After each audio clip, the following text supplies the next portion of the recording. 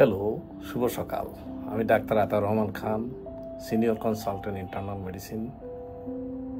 ছোট ছোট ছেলে মেয়েরা, আশা করি তোমরা ভালো আছো। এই ভিডিওটা তোমাদের জন্য পরিবেশন করব।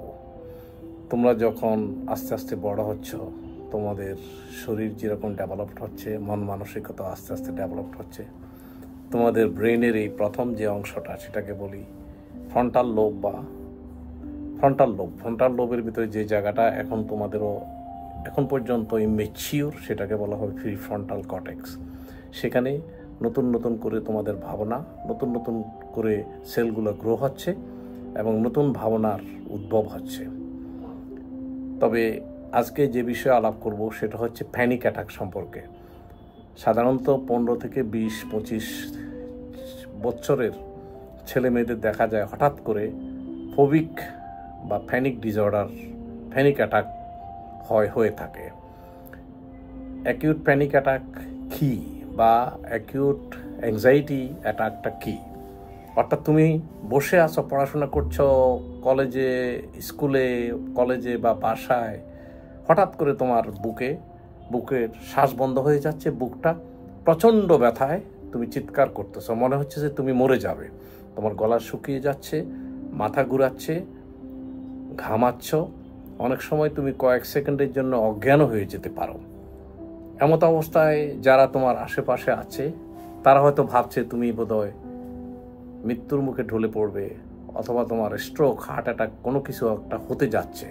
তখন তারা তাৎক্ষণিকভাবে তোমাকে হসপিটালে নিয়ে যাওয়ার চেষ্টা করে।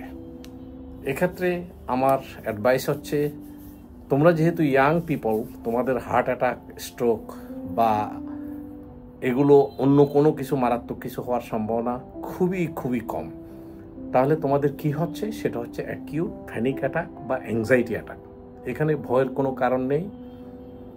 তোমরা রিল্যাক্স করবা, একটা হাত বুকে দিবা, একটা হাত দিবা পেটের উপরে, এভাবে শ্বাস নিবে, লম্বা শ্বাস।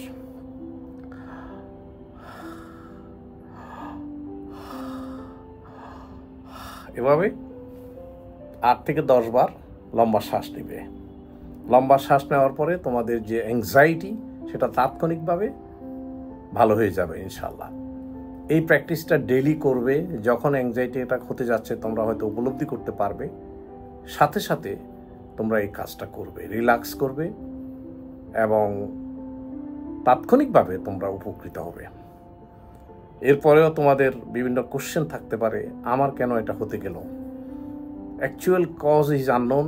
এটা অনেক সময় ফ্যামিলি হিস্ট্রি থাকে, history of trauma in the first থাকে, পারিপার্শ্বিক স্ট্রেসফুল সিচুয়েশান হইতে পারে, পারিবারিক স্ট্রেসফুল সিচুয়েশান বা স্কুল বা কলেজে কোনো স্ট্রেসফুল সিচুয়েশান হতে পারে। যে কোনো কিছুতে হতে পারে, আবার ট্রিগার নাও থাকতে পারে। তবে যে কোনো সময় তোমার প্যানিক অ্যাটাক বা অ্যাংজাইটি অ্যাটাক হলে আতঙ্কের কোনো কারণ নেই।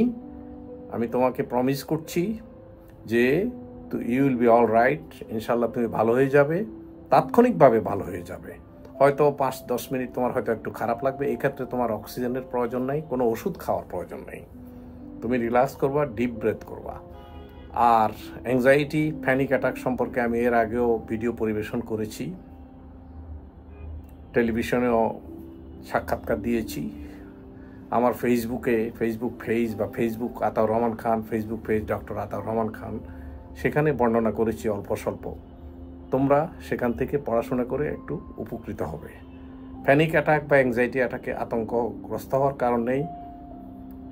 প্যারেন্টসদেরকে বলছি, আপনারা বাচ্চাদের এ ব্যাপারে আশ্বস্ত করবেন এবং আপনাদের কোনো প্রশ্ন থাকলে আমার কাছে নিয়ে আসবেন। আমি জাপান বাংলাদেশ ফ্রেন্ডশিপ হসপিটালে সকাল 10:30 থেকে 3টা পর্যন্ত বসি, আর সন্ধ্যায় 5টা থেকে 8টা পর্যন্ত মেডিক্স সিগনেচার ক্লিনিক ধানমন্ডিতে বসেই।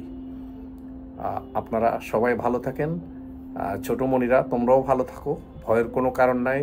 তোমরা পড়াশোনায় ভালো করবে এবং জীবনে সাকসেসফুল হবে। এই অ্যাংজাইটি বা প্যানিক অ্যাটাক তোমাকে কোনো সাকসেসের পথে অন্তরায় হয়ে থাকবে না, এই আশ্বাস তোমাকে দিচ্ছি এবং এই দৃঢ় বিশ্বাস আমার আছে যে you will do very well. Thank you for listening. পরে কথা হবে। ভালো থাকো তোমরা এবং সবসময় ভালো থাকার চেষ্টা করবা, পজিটিভ চিন্তা করে থাকবা। Thank you.